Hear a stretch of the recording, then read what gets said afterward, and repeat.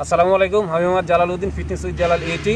আমি অসুস্থ মানুষের নিয়ে কাজ করি এবং যারা রোগা তাদের নিয়ে কাজ করি। আসলে আমি কোনো ডক্টর না। এই কথার পেছনে এমন এমন কমেন্ট আসবে যে আপনি কীভাবে অসুস্থ মানুষদের নিয়ে কাজ করেন। আমি যেভাবে মরা মানুষ, প্রায় মরা 98% ধরে নিয়েছিলাম, মানে আর বাঁচবো না, হায়াত আছে, বেঁচে আসি, সুস্থ হয়ে সুন্দরভাবে উঠে এসেছি। এই জার্নিটা যেইভাবে আমি উঠে এসেছি এটাই আমি শেয়ার করার চেষ্টা করি এবং এইভাবেই অনেকেই সুস্থ হয়ে যাচ্ছে। আমার মাঠে মানে অহরহ প্রমাণ আছে, আমার কাছে সুস্থ হয়ে গেছে। তো প্রতিদিন কোনো না কোনো মানুষ আসছে এই সুস্থতার কাতারে, মানে সুস্থ সুন্দর জীবনযাপন করার জন্যে। আজকে কয়েকজন আসছে, আমার দুইটা বোন আছে, তাদের আমি মানে ছবি নিব না, শুধু তাদের কথা নিব। আর আমার একটা ভাই আসছে, মানে শাহাদত ভাই, ওইদিকে শাহাদত ভাইয়ের জামাই না ভাই, নাতিন ভাই ধরে নিয়ে আসছে। এই তো ভাই, আপনার নাম পরিচয় কি করেন এটা একটু বলেন আপনি। আমি মোহাম্মদ মাসুদ রানা, আমার বাড়ি কালিকাপুর। আমি পেশায় একজন পল্লী চিকিৎসক। পল্লী চিকিৎসক, আচ্ছা জায়গায় হাত দিছি না? আচ্ছা, তো আপনার কোনো সমস্যা আছে না এমনি আসছেন? ভাইয়ের সাথে কিন্তু আগে কোনো কথাই বলিনি আমি যে কোনো রোগ আছে না বা কি কারণে। হ্যাঁ বলেন। জি, আমার সমস্যা আছে। আমি দীর্ঘদিন প্রায় 3 বছর যাবত ডায়াবেটিসে ভুগতেছি। আমার অনেক বছর যাবত ডায়াবেটিসে ভুগতেছেন? জি, আমার অনেক সমস্যা হয়, যার কারণে শাহাদত দাদার মাধ্যমে আমি এখানে আসছি। আচ্ছা, আপনি কি ওষুধ নেন এই 3 বছরের মধ্যে? জি, আমি ওষুধ নিই। যেহেতু আপনি পল্লী চিকিৎসক বললেন, তাহলে ওষুধ তো আপনার পকেটেই থাকে, এখন ছিঁড়বেন আর মুখে ঢুকাবেন। কতদিন থেকে ওষুধ খান?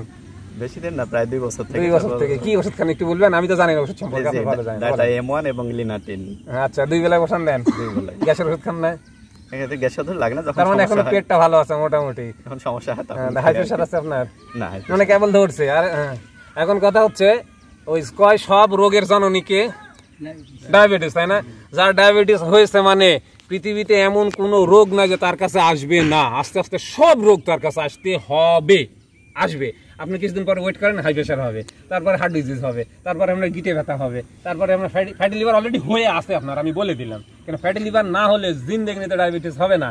আর ডায়াবেটিস হওয়ার আগে কি ইনসুলিন রেজিস্ট্যান্স হয়। আপনি ইনসুলিন রেজিস্ট্যান্স সম্পর্কে আশা করি কিছু জানেন না, কিন্তু ভাইরা সবাই জানে। কি জানে এটা বুঝে নিচ্ছে। আর যে ইনসুলিন রেজিস্ট্যান্স সম্পর্কে জানবে সে জীবনেও অসুস্থ হবে না। কিন্তু সেই ইনসুলিন রেজিস্ট্যান্সটা যার হয়ে গেছে রিকভার করে ফেলবে, আর যার হয়নি সে হতে দিবে না। এই তো ভাই আপনার এই শুনলাম। আর এদিকে আমার চাচাতো বোন আছে 2টা, এই ফোনের দিকে দিস না, তা তাদের মুখ থেকে শুনবো। তোমার তো কোনো সমস্যা নাই, তোমার সমস্যা আছে। তোমার বয়স কতখানি বলতে পারবে? বলতে পারবে না? তোমার 30 বছর হয়ে গেছে। তোমার ওয়েট কতখানি এখন বলতে পারবে? বলতে পারবে না। আর তোমার আগে যখন 20-25 বছর বয়স ছিল তখনকার চাইতে কি এখন তোমার ওয়েট বাড়ছে, মানে ওজন বাড়ছে? ওজন বাড়েনি। তাহলে তোমার কি কি সমস্যা আছে বলো একটু শুনি। কিডনি অপারেশন করছে? আল্লাহু আকবার, জানি না তো। হ্যাঁ বলো। এখন মানে বর্তমানে পা, আমার পায়ে হাঁটতে পারি না, পায়ে খুব সমস্যা, পায়ে ব্যথা, যন্ত্রণা করে, আর হাঁটতে থাকলে মনে করেন ভাঙার মতো একটা। তোমার শরীরে শক্তি নাই। কিডনি কি অপারেশন ছিল বলতে পারবে? চাচা আপনি বলতে পারবেন? স্পষ্ট না, তবে কিডনির পাথর না, কিডনির একটা অংশ খারাপ হয়ে গেছে, সেটা কেটে একটা পাইপ নাকি ঢুকাই গেছে। আচ্ছা, এগুলো তো ক্রিটিক্যাল বিষয়। এগুলা ক্রিটিক্যাল বিষয়ে আমাদের কিছু করার থাকে না, তাই না?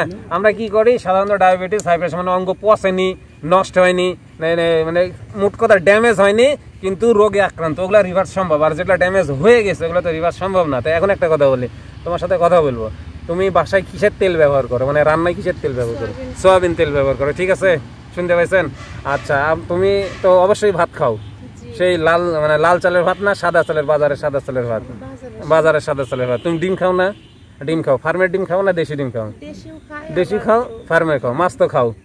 তো সেই এই সাধারণ যে বাজারে মাছগুলো বিক্রি এগুলো তো খাও। নদী বা সমুদ্রের তো ধান্দা করো না, ওগুলো পাওয়া যায় না, ধান্দা করে না। আচ্ছা, তাহলে আপনারা এখন বলবেন, সাদত ভাই বলবেন এই রোগের কারণটা কি? খাওয়াটাই হলো মূল কারণ। সোয়াবিন, জামাল কি বললো? সবকিছুর মূলেই সোয়াবিনে সব নষ্ট করে। সোয়াবিনে সব নষ্ট করে। জামাল এখন ঘাঁটতিছে এগুলা নিয়ে, এর আগে তো ঘাঁটতো না, এখন আমার সাথে কানেক্টেড হওয়ার পরে দীর্ঘদিন থেকে ঘাঁটতিছে। তো ওই যে খাবারগুলা খাইছে, ডাক্তার চাচা আপনি বলেন, 2টা ডাক্তার আছে, এটা হচ্ছে ডাক্তার ভাই আর ওটা হচ্ছে ডাক্তার চাচা। ওই ডাক্তার চাচা 35 কেজি ওজন কমেছে, ডাক্তার চাচার 35 কেজি ওজন কমেছে। হাই প্রেশার ওষুধ ছিল, 1 গাদা ওষুধ ছিল, সব চলে গেছে। আর ডাক্তার ভাই আসছে ডায়াবেটিস ভালো করতে, ইনশাল্লাহ সব ঠিক হয়ে যাবে। এখন আপনি বলেন, যেটা বললাম খাবারের সোয়াবিনের বিষয়, আপনি বলেন তো চাচা।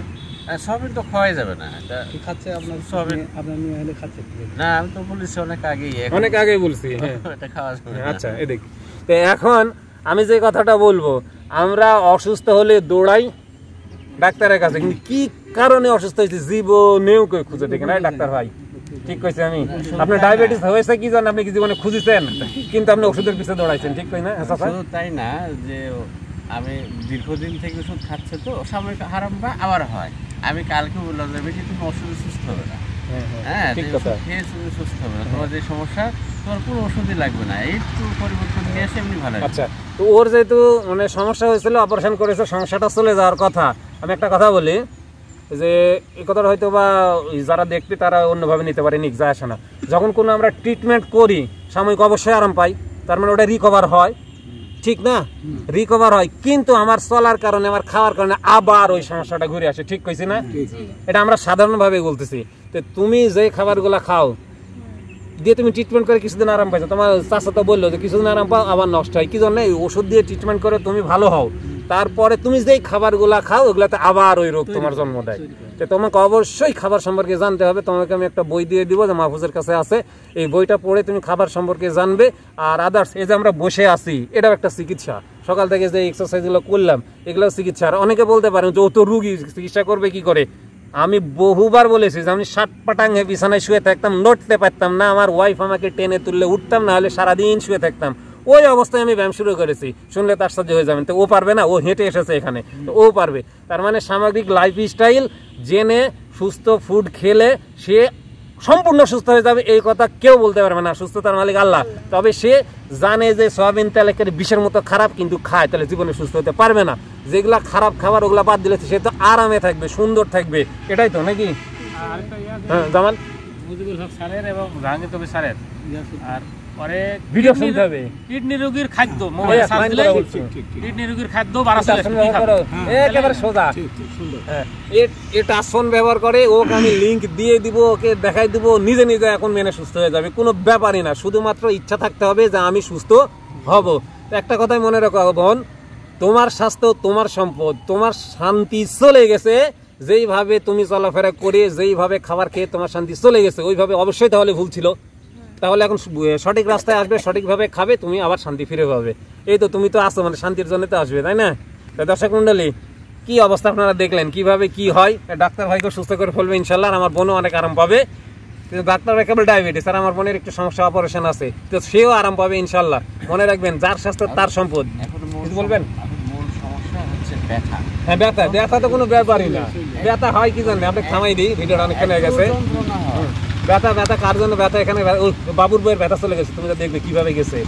তো ওর ভিডিওটা করার সময় পাচ্ছি না আর কি, মানে 4 ভাগে 3 ভাগই নাই হয়ে গেছে। 15 বছরের ব্যথা তার, সেদিন দেখলাম হাঁটতেছে। 15 বছরের ব্যথা ভালো হয় না।